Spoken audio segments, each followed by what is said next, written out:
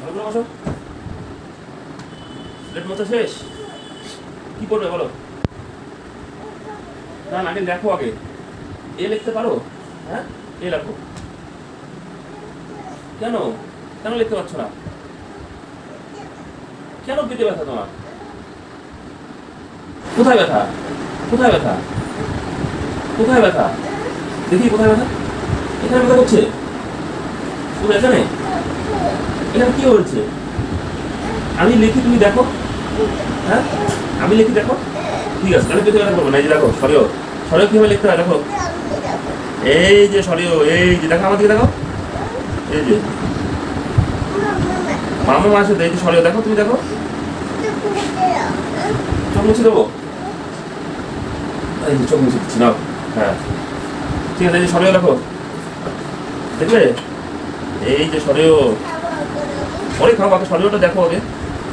এই যে দেখো, এই যে দেখো সরিও। কি বলো তো? হাত ঘোরাও আগে, হাতটা ঘোরাও, তারপরে খাবে। হাতটা ঘুরিয়ে নাও আগে, ঘুরিয়ে তারপরে খাও। আমি খাবার এনেছি। হাতটা ঘোরাও, হাতটা ঘোরাও, ঘুরিয়ে তারপরে খাও। হ্যাঁ, ভালো করে হাতটা ঘোরাও। তোমার মুন্ডু মাথাকে সিধা হবে। হ্যাঁ, hello guys, good morning, welcome to a new blog. আশা করি সবাই ভালোই আছো। আর একটা নতুন ব্লগ নিয়ে তোমাদের সামনে চলে এলাম। সকাল এখন 8টা বাজে। উঠে ঘুম থেকে উঠে ফ্রেশ ট্রেশ হয়ে নিলাম। ছেলেকে একটু বই নিয়ে বসিয়েছি, বই পড়ানো শেষ। এখন হালকা ব্রেকফাস্ট করবো। ব্রেকফাস্টে কি কি আছে দেখো।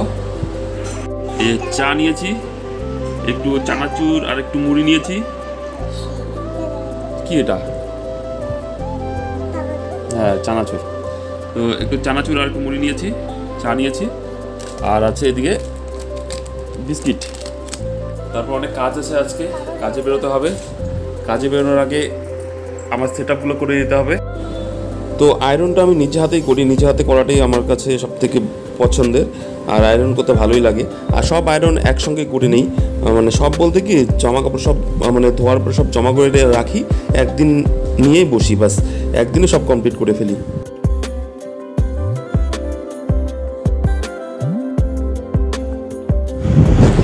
তো বন্ধুরা, তখন তো দেখতেই পেলে কাজ করছিলাম, জামা কাপড় আয়রন করছিলাম, করে সোজা কাজে চলে গেছিলাম।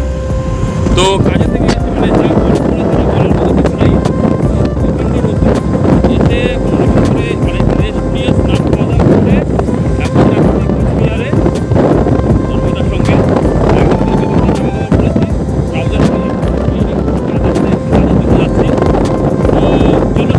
দেখতে পারবে কি কাজ করছি, কোথায় যাচ্ছি। তো বন্ধুরা, চলে এলাম কোচবিহারে। দেখো না চুল টুলের কি অবস্থা। বাইকে করে আসলাম, হেলমেট পরা হয়নি না, একদম ঘেমে টেমে অবস্থা খারাপ। তো এখন আছি পুলিশ লাইনে, এখন যাব পুলিশ ক্যান্টিনে। তো যাচ্ছি এবার পুলিশ ক্যান্টিনে। তো ওইখান থেকে একটা জিনিস কেনার ছিল মানে কিনেছিলাম, আয়রন কিনেছিলাম। তো আয়রনটাকে এখন চেঞ্জ করতে হবে। তো বন্ধুরা, আমি চলে এলাম পুলিশ ক্যান্টিনে। তো পুলিশ ক্যান্টিনটি হলো অনলি ফর পুলিশ পার্সনদের জন্য। তো আর এখানে সব কিছুই পাওয়া যায়। আর হচ্ছে বাইরের লোকদের এখানে কোনো অ্যালাউ নেই। তো আমার কাজটা হয়ে গেছে, একটা আয়রন চেঞ্জ করানোর ছিল, চেঞ্জ করলাম। আর অন্য কিছু নিচ্ছি না আমি। এখন সোজা চলে যাব আমি সাগরদিঘির পাড়ে। দেখো ওয়েদারটা দেখো কীরকম করেছে, অন্ধকার হয়েছে, এখনই মনে হয় বৃষ্টি নেমে আসবে। আর দারুণ হাওয়া দিয়েছে। সব চলে এলাম কোচবিহার সিএসসিতে বাড়ির জন্য কিছু খাওয়ার টিফিন নিতে। তো এখন কি নেওয়া যায় দেখা যাক। তো বন্ধুরা, আকাশের অবস্থা খুবই খারাপ। আসার সময় প্রচণ্ড রৌদ্র ছিল, আর এখন আকাশের অবস্থা প্রচণ্ড খারাপ হয়ে গেছে। দেখো অন্ধকার হয়ে গেছে। শুনতে পেলাম যে বাড়ির ওখানে বৃষ্টি হচ্ছে। তো বন্ধুরা, আমার জন্য কেএফসি না, আমার জন্য সিএফসি বেটার, কারণ কেএফসির ব্যাপারটা আলাদা। তো বন্ধুরা, প্রচণ্ড বৃষ্টি নেমে গেছে। তো মানে আমার সব কাজ কমপ্লিট, এখন বাড়ি যাওয়ার আগে ভালো একটু টিফিন নিয়ে যাই। সিএফসির সামনে দাঁড়ানোর জায়গা নেই, তো আমি এখানে একটা শেডের নিচে এখন দাঁড়ালাম। তো আমি কিডসি চিকেন অর্ডার দিয়েছি। তো প্রচণ্ড পরিমাণে বৃষ্টি হচ্ছে, তো বৃষ্টি থামলে আমি খাবারটা নিয়ে চলে যাব।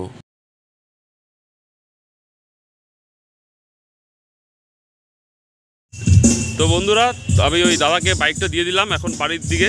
আর এই দেখো পুলিশ লাইনে প্রোগ্রাম চলছে। তো দাদার ফাংশন আছে এখানে।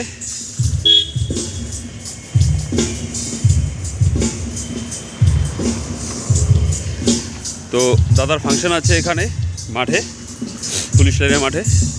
তো আমি এখন বাজারে যাচ্ছি। বৃষ্টিটা যা হলো মানে বলার মতো না, হুট করে বৃষ্টি নেমে পড়লো আর সব কিছু একদম ঠান্ডা হয়ে গেল। এটাই চাইছিলাম, গরমে একদম অবস্থা খারাপ হয়ে গেছে। কিন্তু মনে হচ্ছে আবার গরমটা বেশি পড়বে, কারণ এইসব বৃষ্টিতে গরমটা বেশি পড়ে। মাটিটাই এখনো ঠান্ডা হলো না, মাটির থেকে একদম প্রচণ্ড গ্যাস উঠছে, গরম গরম গ্যাস উঠছে। পরিমাণে হয়েছে, তারপর এই যে আবার একটু গরম শুরু হয়ে গেছে। আর এতক্ষণ সবাই মানে বৃষ্টির জন্য আটকা ছিল, এখন সবাই বেরিয়েছে, রাস্তায় এখন একটু জ্যাম আছে।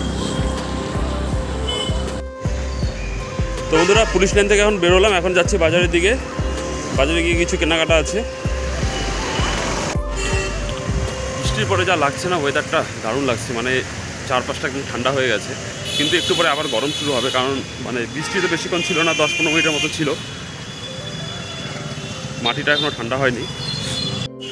তো বন্ধুরা, আবার গরম লেগে যাচ্ছে, প্রচণ্ড পরিমাণে ঘেমে যাচ্ছি। তো ভাবলাম হালকা মোমো চোমো খাবো, কিন্তু আর খাওয়া হলো না, কারণ রাত হয়ে যাচ্ছে, বাড়ি ফিরতে হবে, আর প্রচণ্ড গরমও লাগছে। তো এখন বাড়ির দিকে যাচ্ছি, বাসে যাব, বাসে গিয়ে তারপর অর্ধেক রাস্তা বাইকে যেতে হবে। তো বাজারের কাজ কমপ্লিট আমার, এখন যাচ্ছে হরিশপাল চৌপতির দিকে বাস ধরবো বলে। চলতে চলতে দেখলাম মৌন মিছিল হচ্ছে। তো খাপাইডাঙ্গাতে একটা দুর্ঘটনা ঘটেছিল, যার জন্য সবাই মানে শোকাহত, আমিও শোকাহত। তো তো যারা যারা যেভাবে পাচ্ছে তারা এর বিরোধিতা করছে। তো বর্তমানে যেমন একটা মৌন মিছিল চলছে। বৃষ্টির পরে বাজারটা একটু ফাঁকা ফাঁকাই প্রায়।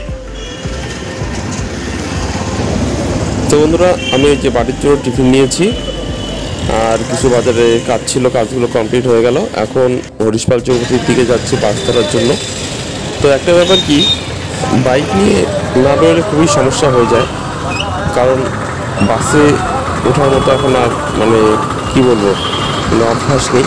বাইকে চলতে চলতে এখন মানে বাস আর ভালো লাগে না।